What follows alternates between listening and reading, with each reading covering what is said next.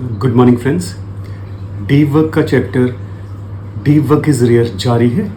आखिरी हिस्से में हम पहुंच चुके हैं और बहुत ही मज़ेदार बात ये आखिरी हिस्से में कह रहे पूरे आज के दौर में अपने आप को प्रोडक्टिव साबित करना नॉलेज वर्कर्स के लिए काफ़ी डिफ़िकल्ट है। और उसको एग्जांपल से समझाते।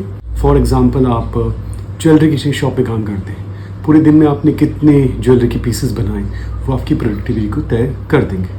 लेट्स से आप किसी बिज़नेस को करते हैं, उस बिज़नेस में आपकी कितनी सेल हुई वो आपकी प्रोडक्टिविटी को दर्शा देगी। सो इस ढंग के काम जहाँ पे क्लियरली मैकेनिकल फिजिकल स्टेप आता है बहुत आसान हो जाता है अपनी प्रोडक्टिविटी को चेक करना। सेम लेट्स से एकेडमिक की कुछ फील्ड्स में एच इंडेक्स एक कंसेप्ट आता है कि अगर आपका सैडिशन इस इंडेक्स में 40 से ऊपर है तो आप इन्हें बहुत ही काबिल प्रोडक्टिव डीप नॉलेज वाले व्यक्ति हैं।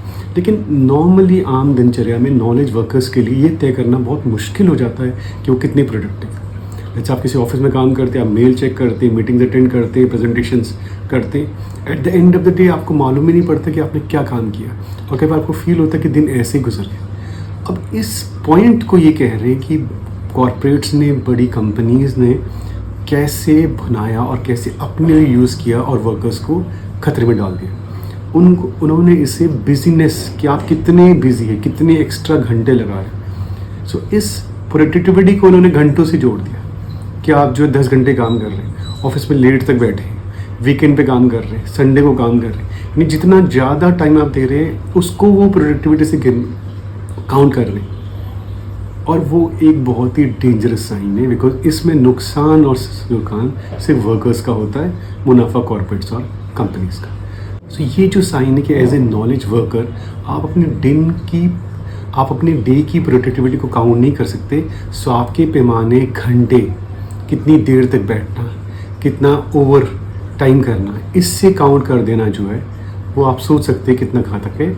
और इस कारण से ज़्यादातर नॉलेज वर्कर वो स्ट्रेस में रहते हैं क्योंकि उन्हें खुद भी सेटिस्फेक्शन नहीं मिल रहा होता है और दूसरी साइड कॉर्पोरेट कंपनियों द्वारा बनाया गया ये कल्चर जो है एक्सट्रीमली टॉक्सिक हो जाता है।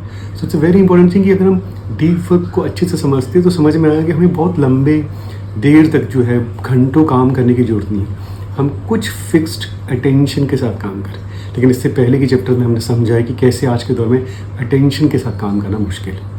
सो बहुत ही इंटरेस्टिंग बात है। I think we all who work in this kind of jobs, हम सब के लिए बहुत ही इंटरेस्टिंग पॉइंट है। बट इसको कैसे तोड़ेंगे, maybe next chapter deep work is meaningful, उसमें हम डिस्कस करेंगे।